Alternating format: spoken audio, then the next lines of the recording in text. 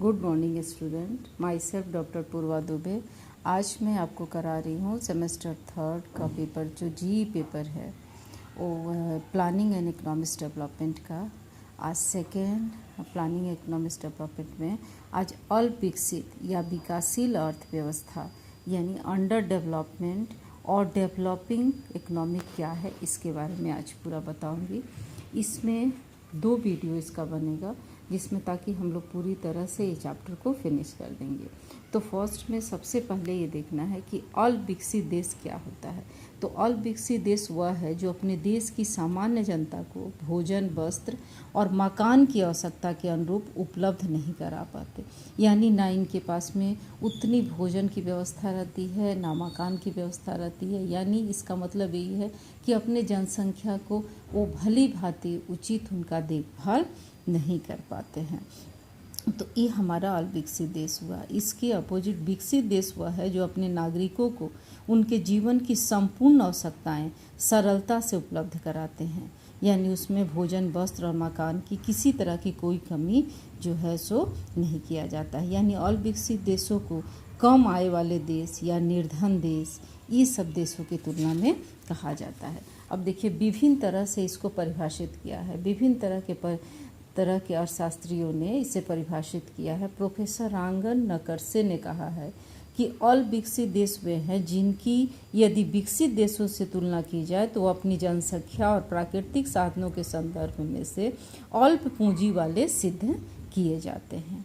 ठीक है, उसके एक और विद्वान ने कहा है कि आपका अल्पविकसित देश वह देश होता है जिसमें प्रति व्यक्ति आय अपेक्षाकृत कम तथा जिसमें उत्पादन कुशलता बहुत धीरे धीरे बढ़ रही है।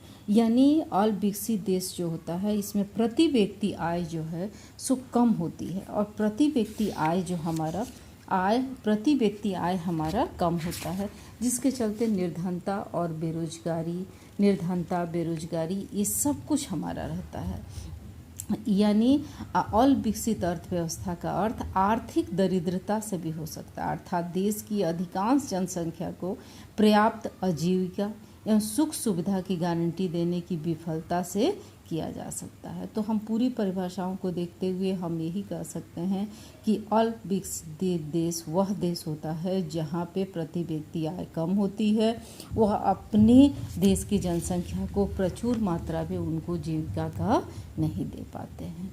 तो अब हम इसका क्या करते हैं, विशेषता को देखते हैं। अल्पविकसित अर्थव्यवस्था की क्या क्या कैरेक्टरिस्टिक्स है, क्या क्या विशेषताएं हैं, वो एक एक पॉइंट करके आपको बता रहे हैं। सबसे पहला पॉइंट होता है कृषि व्यवसाय की प्रधानता। अल्पविकसित देश में पूरी तरह से 70% 80% जनता जो है सो कृषि पर आधारित है, और कृषि को एक जुआ की तरह जाना जाता है।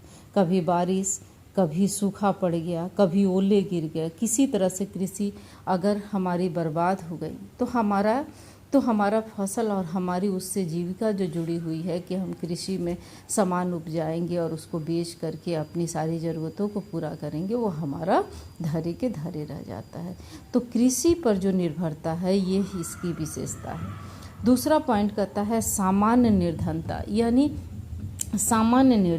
यानी जो कोई भी अगर कोई काम भी करता है, रोजगार में भी है, तो उसका प्रति व्यक्ति आय इतनी कम है कि वो अपने परिवार का भरण पोषण नहीं कर पाता। परिवार में इतने लोग हैं कि परिवार का भरण पोषण करना उसके लिए मुश्किल हो जाता है। यानी निम्न स्तर में वो भोजन पर व्यय अन्य व्यय की तुलना में बहुत ज़्यादा किया जाता है। उसके बाद कहता है तीसरा अल्पविकसित प्राकृतिक संसाधन।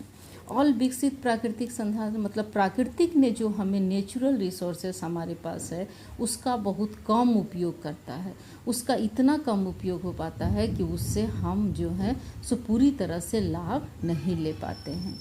उसके बाद है पूंजी की न्यूनता। इसमें पूंजी की इतनी ज़्यादा न्यूनतम है कि सामान्य पूंजी न्यूनतम होती है, लोगों को उनकी औसत के अनुसार से राष्ट्रीय दर आय को 10% होती है, उनको पूंजी उतना नहीं होता है जिसे भी ये कर सके। 5th पॉइंट कहता है व्यापक आर्थिक असमानता। यानी आर्थिक असमानता इतनी अधिक है, अगर किसी के पास पैसे हैं तो उनका जीवन स्तर अच्छा है और किसी के पास नहीं है तो उनका जीवन स्तर बिल्कुल कम है। तो ये आर्थिक असमानता है। तो ये सारे हमारा जो है अल्प रोजगार एवं बेरोजगारी है। अल्प रोजगार और बेरोजगारी जो है सो हमारा पूरी तरह से फैला है। बैंकिंग सुविधाओं की कमी है, हमारे पास में बैंकिंग सुविधाओं की पूरी तरह से कमी है। और सबसे पहला है जनसंख्या की अधिकता। किसी भी जनसंख्या की अधिकता जो है किसी भी अल्प विकसित देश की सबसे प्रमुख विशेषता है, क्योंकि अगर हम कितने भी प्रचुर मात्रा में संसाधन को कर ले, अगर जनसंख्या असीमित है तो हमारा कोई भी काम जो है अच्छी तरह से पूरा नहीं किया जा सकता है। तो ये हमारा विशेषता परिभाषा और विशेषता हमारा कंप्लीट हो गया।